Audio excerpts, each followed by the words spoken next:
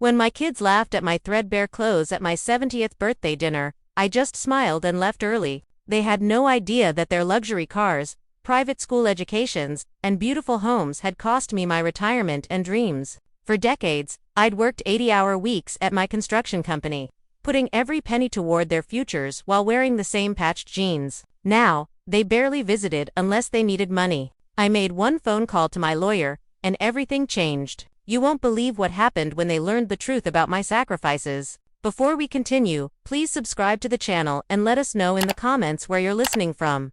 Dad, seriously, you're wearing that? My daughter, Amanda's voice carried across the upscale restaurant, drawing stares from nearby tables. She gestured at my faded blue button-down shirt, the one I'd worn to countless birthdays and graduations over the years. We're at Bellini's, it's 5-star dining. I glanced down at my clothes, comfortable, clean, but admittedly worn. The shirt had a barely noticeable patch on the elbow, and my khaki pants had faded from tan to almost white after years of washing. My leather belt was cracked but still functional. Just like me. The shirt's clean, I replied, reaching for my water glass. And they let me in the door, didn't they? My son Mark snickered, leaning back in his custom-tailored suit. At 45, he looked every bit the successful investment banker Rolex watch, designer glasses, and that perpetual expression of mild superiority I'd grown accustomed to. Dad, you look like you should be asking for spare change outside, not sitting at the best table they've got. Mark, his wife Jennifer whispered, but she was smiling too, complicit in the joke. Come on, Dad. Amanda rolled her eyes, the diamond studs in her ears catching the light as she moved. You have money. Why do you insist on dressing like you're broke? It's embarrassing. The waiter approached with a bottle of champagne, and Mark waved him over. Dom Perignon. 2008, he announced loudly, shooting me a look. Only the best for Dad's 70th, right? I nodded politely as the waiter poured, but something inside me shifted. 70 years old today, and here I sat, being mocked by the children I'd given everything for. My fingers traced the worn edge of my shirt cuff, remembering when I'd bought it the same year I'd paid for Amanda's semester abroad in Paris. The memory of what that semester had cost me flooded back. 6 months of dawn to dusk work, no days off, eating sandwiches in my truck to save every possible penny. Toast to Dad, Mark was saying, raising his glass. May he finally learn to spend some of that money he's been hoarding all these years. Glasses clinked around me, but the champagne tasted bitter in my mouth. Hoarding money, if only they knew. Amanda was scrolling through her phone now, barely looking up. Hey Dad, while we're all here, Tyler's private school tuition is due next month. It's gone up again. Can you believe it? $45,000 this year. Ridiculous, I murmured, thinking of my grandson Tyler, who barely acknowledged me on the rare occasions I saw him. So, Amanda continued, her tone casual but her eyes sharp, I'll email you the invoice. Same as last year. Before I could answer, Mark jumped in. And Dad, I've been meaning to ask, the beach house needs a new roof. Jennifer's got a guy, but he's asking 60 grand. Quality work, though. I looked between my two children, their expectant faces illuminated by the restaurant's soft lighting. Behind them, I could see their spouses nodding encouragingly, and beyond them, the waiter hovering with a menu that featured $200 steaks. I need some air, I said suddenly, placing my napkin on the table and standing. Dad, we just got here, Amanda protested, finally looking up from her phone. I know, I'll be back in a minute. Outside, the cool evening air filled my lungs. I leaned against the building, watching luxury cars pull up to the valet stand. A young couple emerged from a Tesla, laughing together, and I thought of Martha, my wife, gone 5 years now. What would she think of what our children had become? What would she think of what I had allowed? I pulled out my phone and dialed a number I rarely used. Gerald Monroe's office, a professional voice answered. This is Thomas Whitaker, I said quietly. I need to speak with Gerald about changing my will. Of course, Mr. Whitaker, he's with a client. But I can have him call you first thing tomorrow. Tell him it's urgent, I replied, and I'd like to review all the family trust documents as well. I hung up, slipping the phone back into my pocket. Through the restaurant window, I could see my family laughing, not even noticing my absence. Mark was ordering another bottle of champagne. Amanda showing something on her phone to her husband. I walked back inside, a strange calm settling over me. It was time they learned the truth about their old man and his worn-out clothes. Everything okay, Dad? Mark asked as I sat down, not really interested in the answer.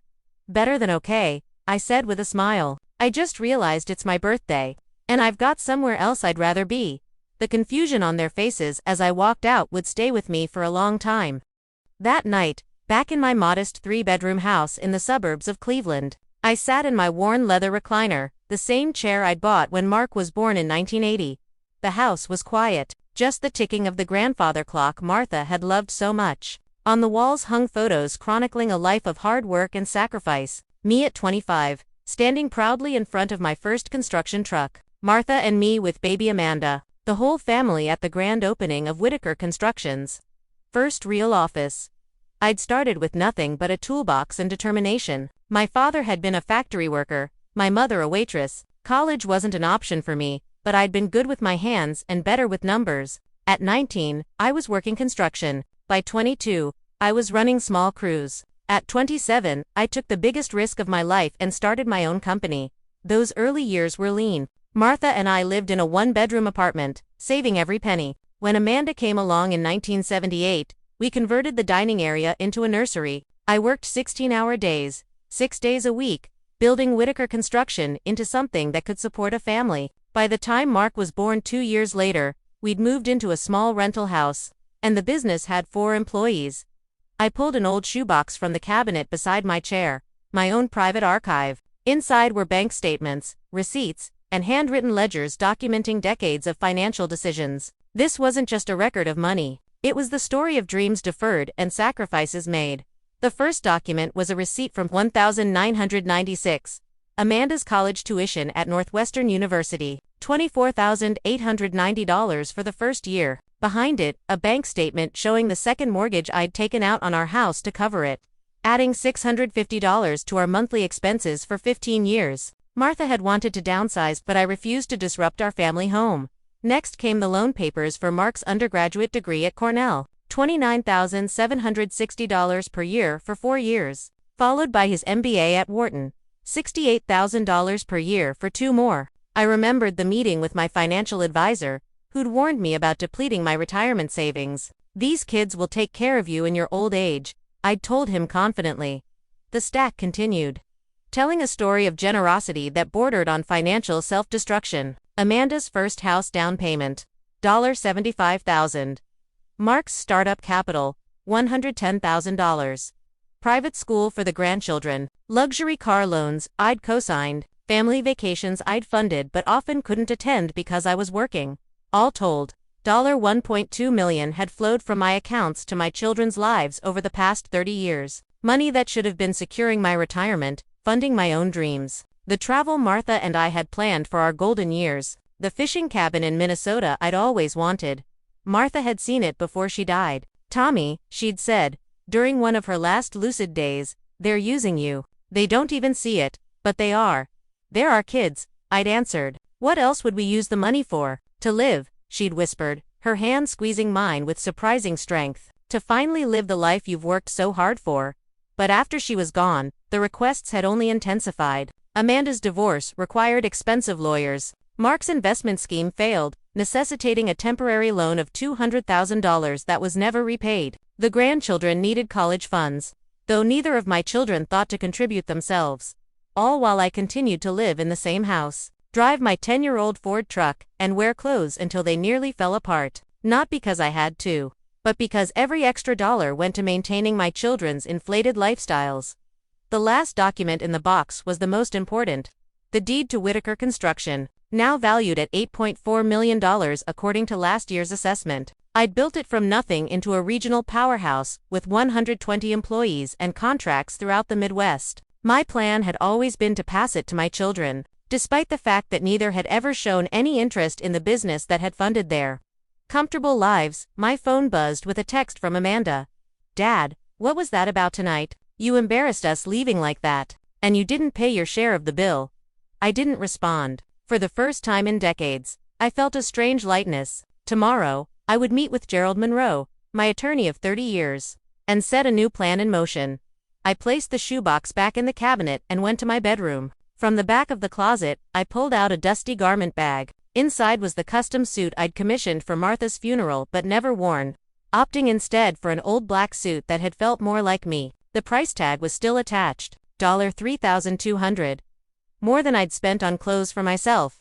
In the past decade combined, it was time to remind my children exactly who their old man was, and more importantly, what he'd done for them. The law offices of Monroe and Associates occupied the 15th floor of a downtown office building. As I stepped off the elevator wearing my new suit, the receptionist did a double take before recognition dawned. "Mr. Whitaker, Gerald's expecting you."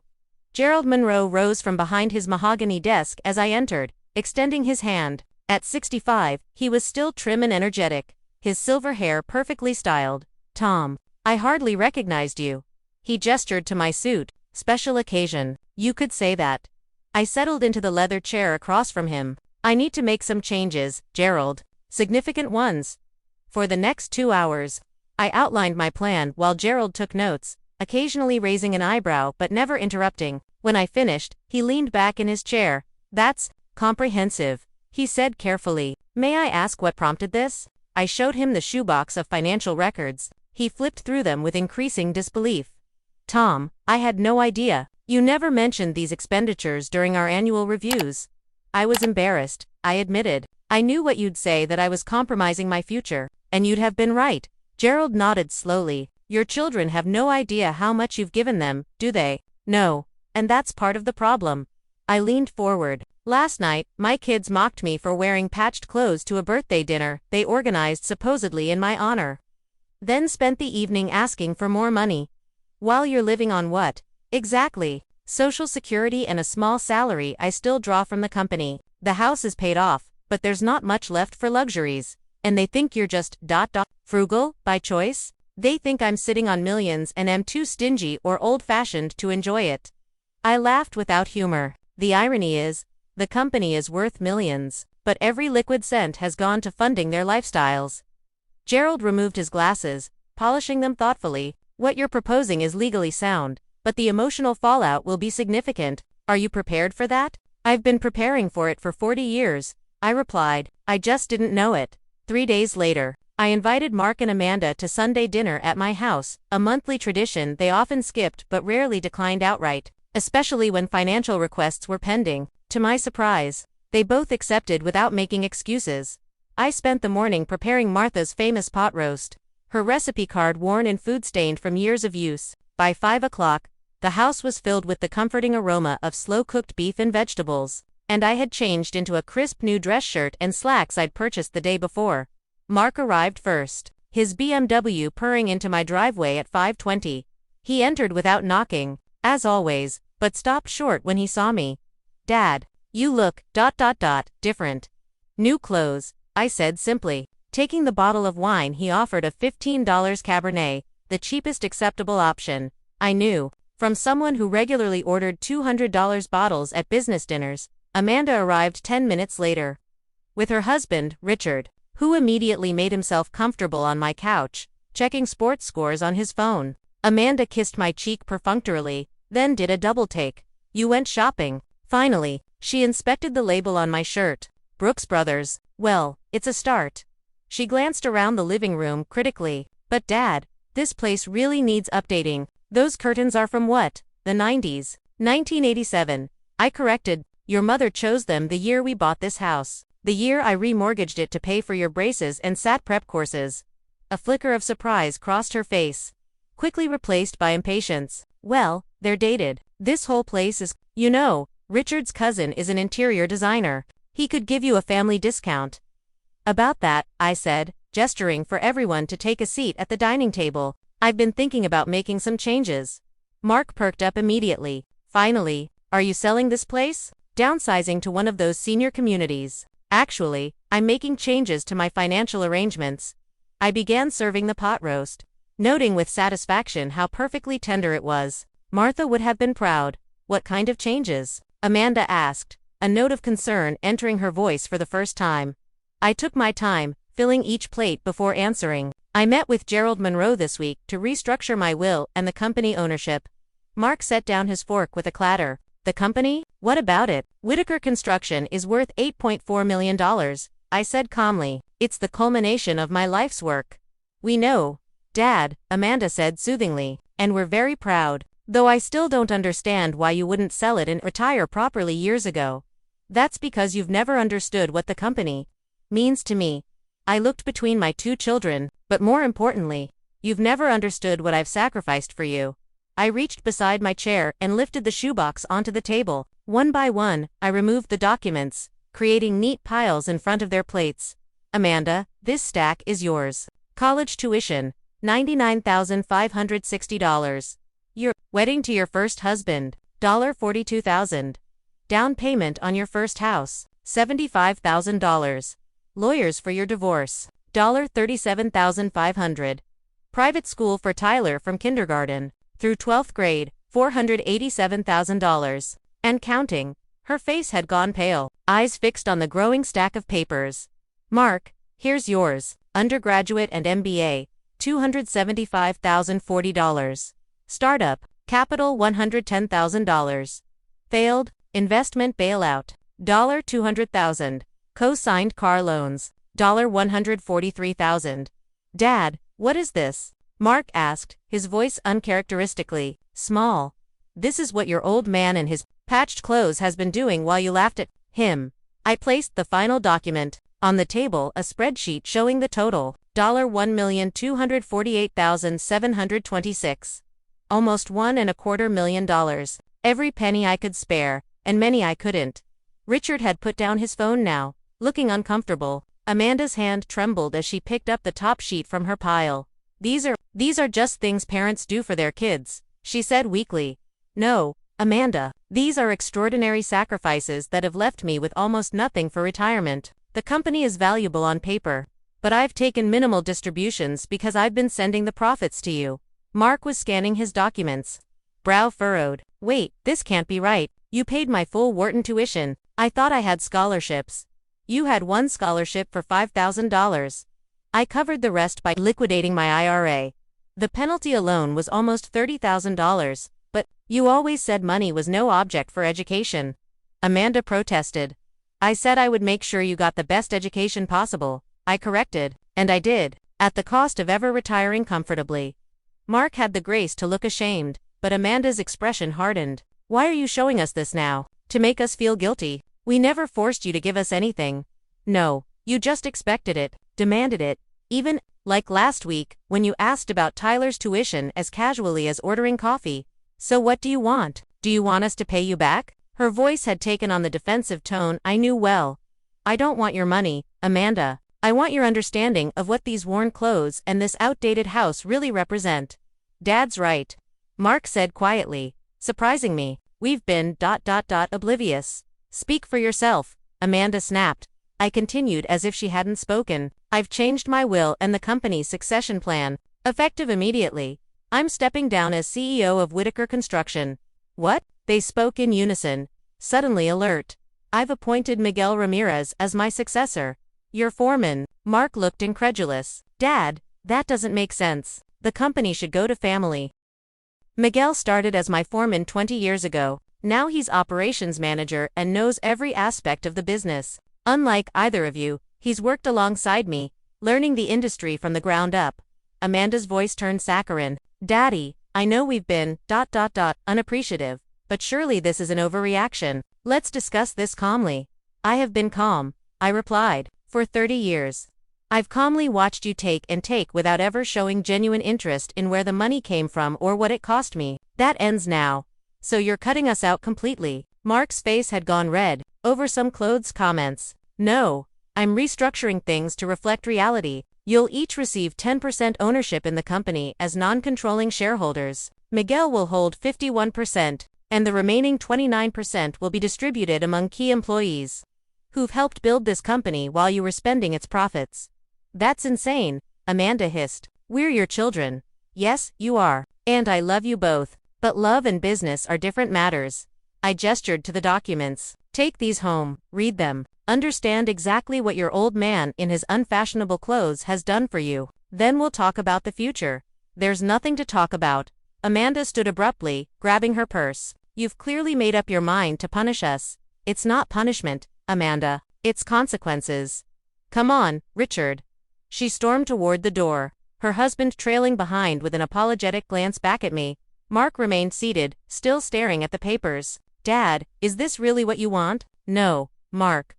What I wanted was for my children to value what I built, to understand the sacrifices I made. What I wanted was to not be laughed at while being asked for more money in the same breath. He nodded slowly. I get it. I don't like it, but I get it. He gathered his papers and stood. I'll call you tomorrow, okay? After they left, I sat alone at the table, the pot roast growing cold. The house felt emptier than usual, but something inside me felt lighter. For the first time in decades, I had stood up for myself. It was terrifying and liberating all at once. My phone buzzed. A text from Miguel. All set for tomorrow, boss. I smiled, typing back.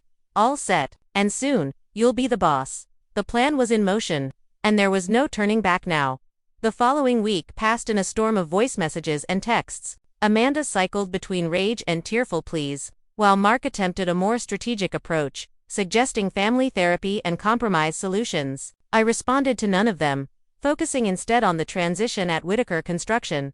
On Friday morning, I arrived at the company headquarters dressed in a new suit. My old truck parked between Miguel's practical sedan and the project manager's work vehicles. The familiar brick building with its simple Whitaker Construction sign had been my second home for 40 years. Today, it felt different, like I was seeing it through new eyes.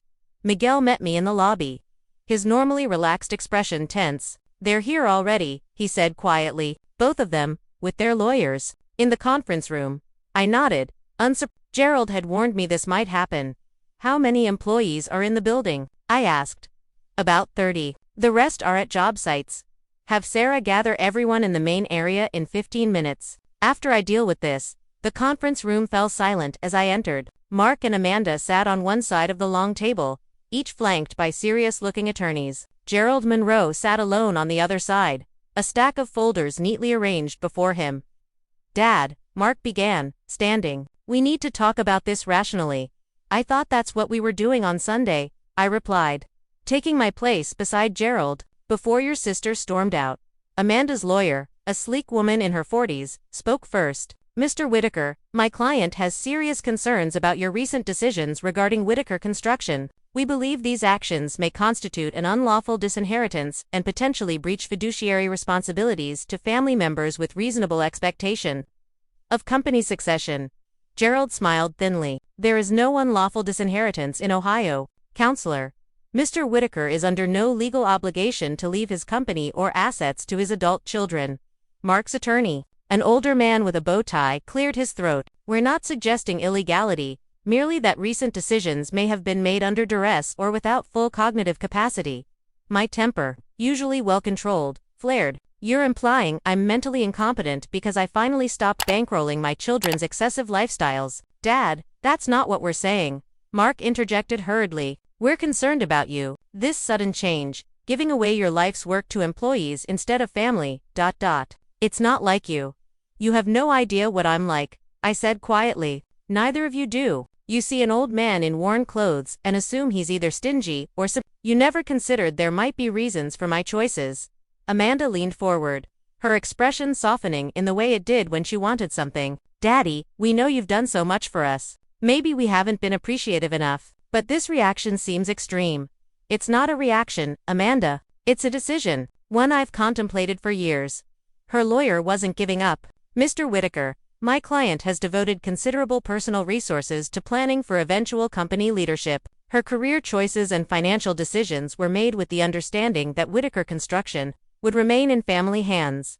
I couldn't help but laugh. What career choices? Amanda has never worked for the company. She's never shown any interest in construction or project management. The closest she's come is decorating the model homes for the Sullivan development, which the company paid her $30,000 for. That's unfair, Amanda protested. I've been raising Tyler with a full-time nanny, I pointed out, paid for by me. Mark tried a different approach. Dad, what if we proved ourselves? I could take a position in the company, learn the business from the ground up. After scorning construction work your entire life, you once told me the business was beneath your talents. You said you'd rather work with your brain than your hands. He had the decency to look embarrassed. I was young, arrogant, and now you're desperate. I stood, buttoning my suit jacket. This meeting is over. Gerald has prepared the paperwork transferring controlling interest in Whitaker Construction to Miguel Ramirez. Effective today, you'll each receive your 10% non-controlling shares as promised. The company will continue to thrive under Miguel's leadership, and your quarterly dividends should be quite substantial. We'll challenge this, Amanda's lawyer warned.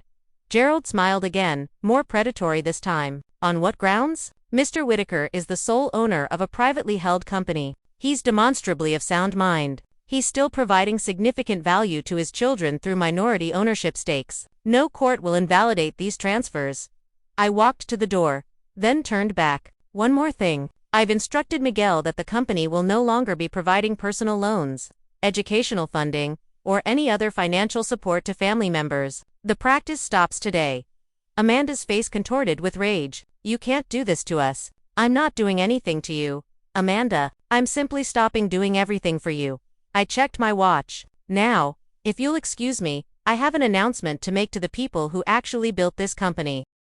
The main floor was crowded with employees gathered as requested. Familiar faces looked up expectantly. Men and women who'd worked alongside me for years, some for decades. They were the true legacy of Whitaker Construction. Thank you all for coming, I began, with Miguel standing respectfully to my side. Today marks a significant change for our company.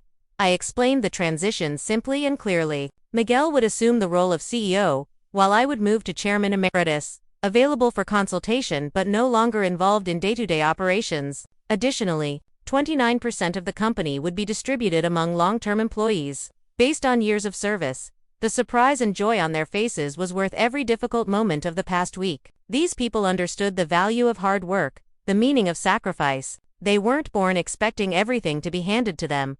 I built this company from nothing, I concluded. Started with a single truck and a toolbox, but I didn't build it alone. Each of you has contributed to making Whitaker Construction what it is today. This transition ensures the company stays true to its roots and values. As applause filled the room, I noticed Mark and Amanda watching from the conference room doorway. Their expressions were unreadable, but for once, I didn't concern myself with their reactions. For too long, my children had been the center of my decision-making universe. Today, that changed. Later, as I cleaned out my office, Mark appeared in the doorway. He looked different somehow, smaller, less confident. Dad, can we talk? Just us. I gestured to the chair across from my desk, continuing to pack photos and mementos into a cardboard box. I've been thinking about what you said, he began, about not knowing who you really are. I think you're right. I paused, giving him my full attention. All these years, I assumed, He struggled visibly with the words. I assumed you were just naturally frugal, that you preferred simple things. It never occurred to me that you were sacrificing. Your mother knew, I said quietly. She tried to tell you both. In her way, I remember. He looked down at his hands. She once said we were bleeding you dry, and I laughed it off as Mom being dramatic. She wasn't dramatic. She was honest. Mark nodded slowly. I don't know what happens now. Dad, I don't know how to fix this. For the first time in our conversation, I saw my son, really saw him. Not the entitled banker, but the little boy who used to follow me around the house with a toy hammer, wanting to fix things like Daddy. We start over, I said simply. Not with money, but with understanding, with respect. And Amanda, that's up to her. Some lessons are harder for some people to learn. He stood, awkward but determined. I'd like to come by the house this weekend. Maybe we could watch the Browns game together, like we used to. I'd like that. I handed him a framed photo from my desk, the two of us at his high school graduation. Both smiling, his future bright and unlimited. Take this with you. Remember who we were, and maybe we can figure out who we're going to be. After he left, I finished packing my office, 40 years condensed into 2 cardboard boxes. Miguel appeared, looking both excited and terrified at the prospect of sitting in my chair.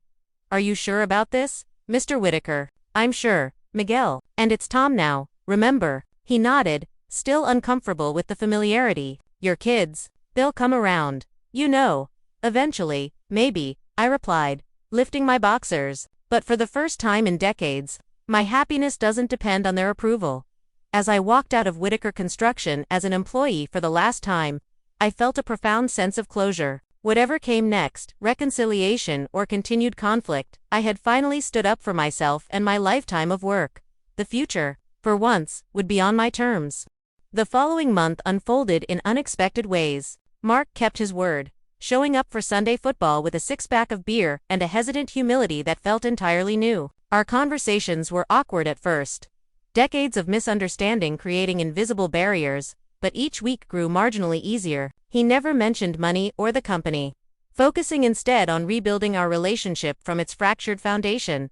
Amanda took a different approach. After 2 weeks of silence, she launched what could only be described as a family public relations campaign. Suddenly, relatives I barely spoke to were calling with concerns about my well-being. Old friends received tearful visits from my daughter, where she described her fears about my declining judgment and vulnerability to manipulation from employees. I weathered this storm calmly, explaining my decisions when asked, but mostly letting Amanda's tactics speak for themselves. Most people saw through her immediately, her sudden concern for my welfare transparently motivated by financial interest. While this family drama played out, I focused on implementing the second phase of my plan, reclaiming my life. My first step was visiting Atlantic Credit Union, where I'd banked for 40 years. Marge Wilson, the branch manager who'd known me since she was a teller, smiled broadly as I entered. Tom Whitaker, in a suit, no less. To what do we owe this honor? I need to make some changes, Marge. Major ones. We spent an hour restructuring my accounts. I closed the joint accounts I'd maintained for emergencies, accounts my children had treated as supplemental income. I opened new accounts with complex passwords and explicit instructions that no information was to be shared with family members, regardless of how urgent they claimed the situation was. You're sure about this? Marge asked as she processed the paperwork. It's quite a change, I'm sure. It's long overdue. Next came insurance policies. I'd maintained generous whole life policies on myself with my children as beneficiaries. Policies that had built substantial cash value over decades. I visited Harold Greenfield, my insurance agent, to make adjustments. Tom, good to see you. Harold's office hadn't changed in 20 years, still cluttered with family photos and industry awards. What can I do for you today? I need to change some beneficiary designations, I explained, outlining my plans. Harold whistled low. That's significant. May I ask why? I showed him the now familiar shoebox of financial records. Like others before him, he grew increasingly stunned as he reviewed the documents. Tom, I had no idea. All these years advising you, and I never realized. It wasn't your responsibility to know, but now I'm making changes. Under the new arrangement, my life insurance would fund scholarships for young people entering the construction trades, kids like I had been, with skill and determination but limited financial resources. Mark and Amanda would receive token amounts, but the bulk would go toward creating opportunities for the next generation of builders. The most difficult task came next. Meeting with Tyler and Emma, my grandchildren, at 17 and 15 respectively. They had grown up in affluence, created largely by my sacrifices. But unlike their parents, they weren't responsible for the situation. I invited them to lunch without their parents, wanting to establish direct relationships unfiltered by Amanda and Mark's perspectives. We met at a casual pizza place near Tyler's school. Both teenagers looked uncomfortable, clearly briefed by their parents but uncertain what to expect. So, Tyler began after we ordered. Mom says you're giving away the company. Not giving it away, I corrected gently, restructuring its ownership to reflect who's actually built and maintained it. But it's supposed to be, like, our inheritance or whatever, Emma added, twirling a strand of hair nervously. Is that what your parents told you? That you'd automatically inherit a company you've shown no interest in? They exchanged glances, confirming my suspicion. Here's the truth, I said, leaning forward. Your grandpa built a successful business through decades of hard work. That same business funded your private schools, your vacations, your comfortable homes. But somewhere along the way, your parents forgot where all that came from. Emma frowned. So you're punishing them? And us? No, I'm correcting a mistake I made. I gave too much, asked for too little in return, and created an unhealthy dynamic. I'm not cutting anyone off completely. You'll all benefit from the company's success through your parents' shares, but the automatic flow of cash stops now. Tyler, always the more pragmatic of the two, nodded slowly. What about college? Mom said you promised to pay for Princeton if I get in. I'll honor previous commitments to you both, I assured them. Your education isn't part of this, but there will be conditions, maintaining grades, contributing through summer jobs, showing appreciation beyond just expecting the money to appear. That seems fair, Tyler admitted. But what about after college? Emma pressed. Mom says we're on our own now. You'll never be on your own. I'll always be your grandfather. Always love you. But yes, after college, you'll need to build your own lives, just like I did, and like your parents should have. By the time lunch ended, I'd seen something shift in both teenagers, a new understanding, perhaps even respect. They'd grown up believing money simply appeared when needed. Now they were beginning to see the human cost behind their privilege. My next step was more personal. For years, I'd dreamed of traveling, of seeing the world beyond job sites and blueprint rooms. Martha and I had planned an extensive retirement journey: Europe, Asia, South America, but her illness had ended those dreams. Or so I thought. I visited Premier Travel Agency, feeling almost guilty as I entered the gleaming office. I'd like to book a trip, I told the consultant. A stylish woman named Rebecca. Several trips. Actually. Wonderful. What did you have in mind? Europe first. Italy, France, Spain, then perhaps Japan in the spring. The words felt foreign in my mouth, like speaking a language I'd only read about. Rebecca smiled encouragingly. Solo travel, or will you be joining a group? I hesitated. Solo, I suppose. My wife. She passed 5 years ago. I'm sorry for your loss. Her voice held genuine warmth. Solo travel can be incredibly rewarding, especially for someone new to it. We have several options designed specifically for mature travelers. For the next hour, we planned my first real vacation in over 40 years. 3 weeks in Europe, starting in Rome, then Paris, Barcelona, and finally a week in a Tuscan villa. First-class flights, good hotels, guided tours when I wanted them. Freedom to explore when I didn't. When Rebecca totaled the cost, just under $15,000, I felt a moment of panic. That was Tyler's spring semester tuition, or Amanda's roof repair, or ... I stopped myself. This was my money, earned through my labor. And for once, I was spending it on myself. Looks perfect, I said, handing over my credit card. When can I leave? How does 3 weeks from now sound? I smiled. Not soon enough. As word of my rebellion spread through the family, reactions varied wildly. My sister Clara, who'd warned me for years about enabling my children's entitlement, was delighted. It's about damn time. Tommy, she said during our weekly phone call, I was beginning to think you'd never stand up for yourself. Better late than never. I guess. Martha would be proud, she added softly. She always worried they'd bleed you dry. From my brother-in-law Stephen came unexpected support. Having married into our family 30 years ago, he'd watched the dynamic develop from the outside.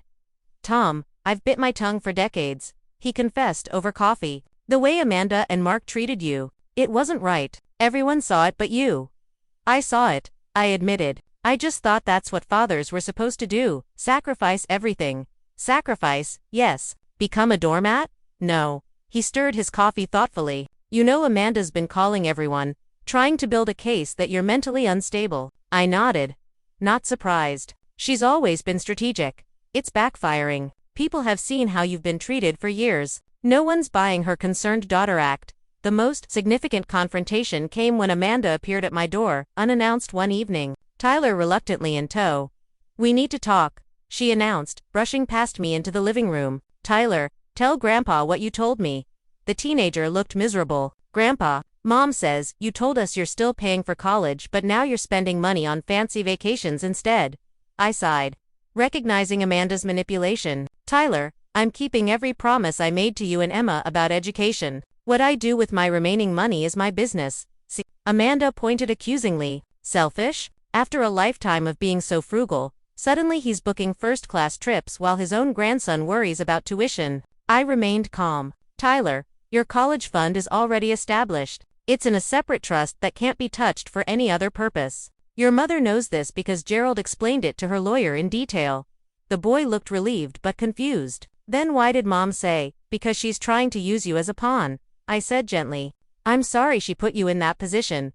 Amanda's face flushed with anger. How dare you? After everything we've been through, you're turning my own son against me. No one's turning anyone against you, Amanda. I'm simply telling the truth after decades of enabling lies. I turned back to Tyler. Your education is secure. You don't need to worry. Tyler nodded, then mumbled something about waiting in the car. After he left, Amanda's facade crumbled. You've ruined everything, she hissed. Do you have any idea what this has done to our lives? The country club is gossiping. Richard's business partners are asking questions. Tyler's friends' parents are looking at us differently. I'm sorry it's uncomfortable, I said, not feeling sorry at all. But perhaps it's time for some uncomfortable truths. We can't maintain our lifestyle on what you're leaving us. The dividends from 10% won't cover half our expenses. And there it was, the unvarnished truth. Not concern for my welfare, not family loyalty, just money. Then I suggest you adjust your lifestyle to match your actual income. Just like everyone else has to. I walked to the door, holding it open. And Amanda, don't use my grandchildren as emotional leverage again. It won't work, and it only damages your relationship with them. After she stormed out, I called Gerald to warn him that Amanda might escalate her efforts. He was unconcerned. Let her try, he said confidently. Every move she makes only strengthens our position. If she forces a competency hearing, your rational business decisions and her obvious financial motivations will make her look terrible. The final piece of my plan involved the house. For 40 years, it had been the family home, filled with memories of Martha and the children's early years. But now it felt like a museum, preserved in amber, unchanging while life moved on around it. I hired a realtor and listed it for sale. The housing market was strong, and within 2 weeks, I had 3 offers. I accepted one from a young family with 2 small children, a contractor and a teacher, starting out much as Martha and I had decades ago. With the proceeds, I purchased a modern 2-bedroom condo in a downtown building with a doorman and security system. No more yard work, no more maintenance, no more rooms filled with ghosts and regrets. Just clean lines, large windows, and a fresh start. The day before closing on the house, I walked through each room slowly, saying goodbye. In the kitchen, I could almost hear Martha humming as she cooked Sunday dinner. In the backyard, echoes of children's laughter seemed to hang in the air. But these weren't sad goodbyes. They were acknowledgments of a life well lived and the beginning of a new chapter. I saved a few precious items: Martha's recipe box, the children's handprints in clay from elementary school, family photos that represented happier times. Everything else went to charity or the new owners. Mark came to help on the final day, working silently alongside me as we loaded the last boxes into my truck. "I can't believe you're really selling it," he said finally, as we stood in the empty living room. "Mom would be heartbroken." "No," I corrected gently. "Your mother wanted me to live, Mark. Really live, not just exist as a support system for everyone else. She made me promise to do exactly this if things didn't change after she was gone." He looked surprised. "She did. The night before she died. She said, 'Tommy, give them one more chance to see you. If they don't, then see the world instead.'"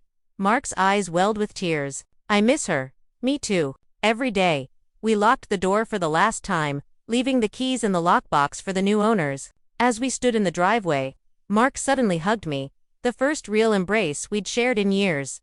"I'm trying to understand, Dad. I really am." "I know, son. That's all I can ask." That night, in my new condo overlooking the city lights, I opened a bottle of expensive scotch I'd never allowed myself to buy before. As I sipped it slowly, I scrolled through my flight confirmation for Rome. 3 more days until departure. My phone buzzed with a text from Miguel. "Quarter-end numbers are in. Best in company history. Board meetings scheduled to review dividend distribution." I smiled, picturing the surprise my children would feel when they received their first dividend checks. Substantial sums that would come quarterly without fail, but never enough to fund their excesses. They would need to work, to budget, to live within realistic means, the very lessons I should have taught them decades ago. Another text arrived. This one from Tyler. "Thanks for telling me the truth about college, Grandpa. Can we talk sometime? There's something I'd like to ask you." I responded immediately, "Anytime. I'm here for you. Always have been, always will be." As I stood by the floor-to-ceiling windows of my new home, watching the city glow below, I felt something I hadn't experienced in years. Freedom. Freedom from obligation, from guilt, from the crushing weight of endless sacrifice. For 70 years, I'd lived for others. Now, finally, I was living for myself. Not selfishly, but honestly, with the boundaries and self-respect I should have maintained all along. Tomorrow I would pack for Italy. The day after, I'd meet with the scholarship committee to structure the trade school program I was funding. Next week, I'd stand in the Roman Forum, where centuries of history would remind me how brief our time really is, too brief to waste on those who value what you can give them more than who you are. They had laughed at my old clothes, never knowing what those worn fabrics really represented. Now they knew, and more importantly, now I remembered my own worth. Rome in October was everything I'd imagined and more. Walking the ancient streets, I felt simultaneously insignificant and liberated. Standing in the Colosseum, I ran my fingers over stones laid 2,000 years ago and thought about how quickly our own lives pass, how precious each moment becomes when you truly understand its finite nature.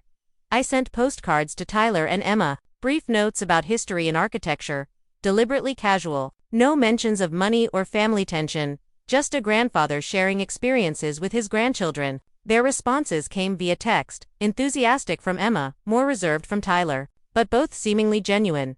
From Mark came occasional updates about work and home life, each message a bit more personal than the last. From Amanda, nothing but silence, which was its own kind of peace. Midway through my trip, Miguel called with news about Whitaker Construction. The transition is complete, he reported. The employee ownership shares have been distributed, and everyone is, well, they're overwhelmed, Tom. Some of these guys have been working paycheck to paycheck for decades. Now they have real equity in the company they helped build. How's morale? I asked, watching the sunset from my hotel balcony in Florence. Through the roof. Productivity is up 15% already. People work differently when they're building something they own. And the first dividend payments, Miguel chuckled, went out last week. Your son called to thank me personally. Your daughter had her lawyer contact our accounting department to verify the calculation. Methodology. Sounds about right. I smiled despite myself. Any other issues I should know about? Just one. Some of the guys want to throw a party when you get back. To thank you properly. Tell them I'd be honored. After 3 transformative weeks abroad, I returned to Cleveland, feeling renewed. My condo welcomed me with its clean simplicity, so different from the cluttered history of my former home. I spent a day unpacking, another adjusting to the time difference, and then prepared to re-enter my new life. The employee celebration at Whitaker Construction was scheduled for Friday evening. I dressed carefully in a suit I'd purchased in Milan. Nothing ostentatious, but well made and properly fitted. As I adjusted the tie, I caught my reflection in the mirror, and barely recognized myself. Not just the clothes, but the posture. The expression, everything about me had changed. The company warehouse had been transformed for the occasion. Long tables filled the space normally occupied by equipment and materials. Strings of lights hung from the rafters, and a banner proclaimed "Thank you, Tom," in massive letters. As I entered, applause erupted. Dozens of employees and their families rose to their feet, creating a thunderous welcome that left me momentarily speechless. Miguel stepped forward, embracing me with unexpected emotion. They wanted to show their appreciation, he said, gesturing to the crowd, all of them. For the next hour, I moved through the gathering, shaking hands, accepting thanks, listening to stories. Men and women who had worked alongside me for years shared what the ownership stakes meant to their families. College funds, suddenly possible. Mortgages that could be paid off early. Retirement that no longer seemed like an impossible dream. My daughter can go to nursing school now, said Jim Brennan, a foreman who'd been with me for 15 years, without loans, without debt, because of you, Tom. Lisa Cortez, our office manager for 2 decades, hugged me tightly. My husband and I can finally buy the house we've been saving for. The dividend plus our share of the company as collateral. The bank approved our loan yesterday. These stories continued throughout the evening, each one reinforcing that my decision had rippled outward, changing not just my life but dozens of others. The wealth I'd built wasn't disappearing, it was multiplying, distributed to people who truly valued it. Near the end of the celebration, Miguel called for attention and presented me with a gift from the employees, a custom leather jacket with the Whitaker Construction logo embroidered on the back, and inside, a simple inscription, "To the man who built more than buildings." As the party wound down, I was surprised to see Mark standing uncertainly by the entrance. He'd come alone, dressed in casual clothes rather than his usual bespoke suits. "I hope it's okay that I'm here," he said as I approached. Miguel mentioned the celebration, and I wanted to see it. "Of course it's okay." I gestured around the room. "What do you think?" He looked at the employees still mingling, laughing, celebrating their new stake in the company. "I think I finally understand what this place really means to you. It's not just a business, is it?" "Never was," I confirmed. "These people helped me build something lasting, something real." "I missed that somehow." Mark shook his head ruefully. "All these years, I just saw it as the source of our money. I never saw the community you created." We walked together to my car, the night air cool against our faces. "How's Amanda?" I asked finally. Mark sighed. "Struggling. The lifestyle adjustment has been Difficult for her. Richard's business isn't doing as well as they pretended. And without your subsidies, she adapt, I said, more confidently than I felt. She's always been resourceful. She's also proud. Too proud sometimes to admit when she's wrong. He hesitated. Tyler called me yesterday. Said he wants to talk to you about working at the company next summer. Learning the business from the ground up. The news surprised me. Really, what brought that on? Your postcards, believe it or not. He said you made history come alive. Made him think about building things that last. He's never shown interest in construction before. I felt a surge of hope, not that my grandson would follow in my footsteps, but that he was thinking beyond the easy path, considering the value of creating rather than merely consuming. I'd like that, I said simply, if he's serious. The following Sunday, I hosted dinner at my condo, the first family gathering since my return. Mark came with his wife Jennifer, who seemed subdued, less flashy than before. Tyler and Emma arrived separately, both curious about my travels and the new living space. Amanda and Richard declined the invitation with a terse message about prior commitments. We ate on my balcony, enjoying the city view and unusually warm fall weather. The conversation flowed more easily than I'd expected, with Tyler particularly engaged, asking questions about Europe and the construction business with equal interest. After dessert, Emma helped me clear the dishes while the others continued talking outside. Grandpa, she said hesitantly, loading the dishwasher, Mom says you've changed, that you're not yourself anymore. But honestly, you seem more yourself than ever, if that makes sense. Perfect sense, I assured her. Sometimes we play roles for so long we forget who we really are underneath. Well, I like this version of you. She smiled shyly, the one who travels and buys nice clothes and stands up for himself. I like him too, I admitted. Took him 70 years to show up, but better late than never. Later, as everyone was leaving, Tyler hung back. About working at the company next summer, he began awkwardly. Would that really be okay? I don't know anything about construction. Neither did I when I started, I told him. I just knew I wanted to build something meaningful. Is that what you want? He considered this seriously. I think so. Mom always pushed for finance or law, but that never felt right to me. When I visited the company with you that time, watching people actually making things, it seemed more real somehow. It is real, I agreed. And yes, if you're willing to start at the bottom and work hard, there's always a place for you. Even though you gave control to Miguel. Especially because I gave control to Miguel. He'll expect you to earn your place, just like everyone else. No shortcuts, no special treatment. Tyler nodded, seeming relieved rather than disappointed. That's fair. Thanks, Grandpa. After everyone left, I sat alone on my balcony with a glass of scotch, watching the city lights shimmer below. My phone buzzed with a text from Miguel, a photo of his family at his daughter's quinceañera, smiling broadly in their formal clothes, with a message. None of this would be possible without you. Gracias. Hifia another buzz. Mark thanking me for dinner and suggesting golf the following weekend. A third message arrived. This one from Clara. Tommy, you're looking happier than I've seen in decades. Martha would be so proud. I thought about my wife then, about what she would think of all that had transpired. She had always seen more clearly than I did. Had recognized the unhealthy patterns developing with our children long before they became entrenched. Her final advice had been prescient. As always, give them one more chance to see you, and if they don't, see the world instead. I had followed her wisdom at last, and in doing so, had finally allowed myself to be truly seen by my family, by my employees, and most importantly, by myself. The next morning brought a surprise, a tentative text from Amanda. Dad, can we talk? Just the two of us. I responded immediately. My door is always open. Her reply came quickly. Not about money. About family? Even better. I wrote back. Tomorrow afternoon. I'll be there. She promised.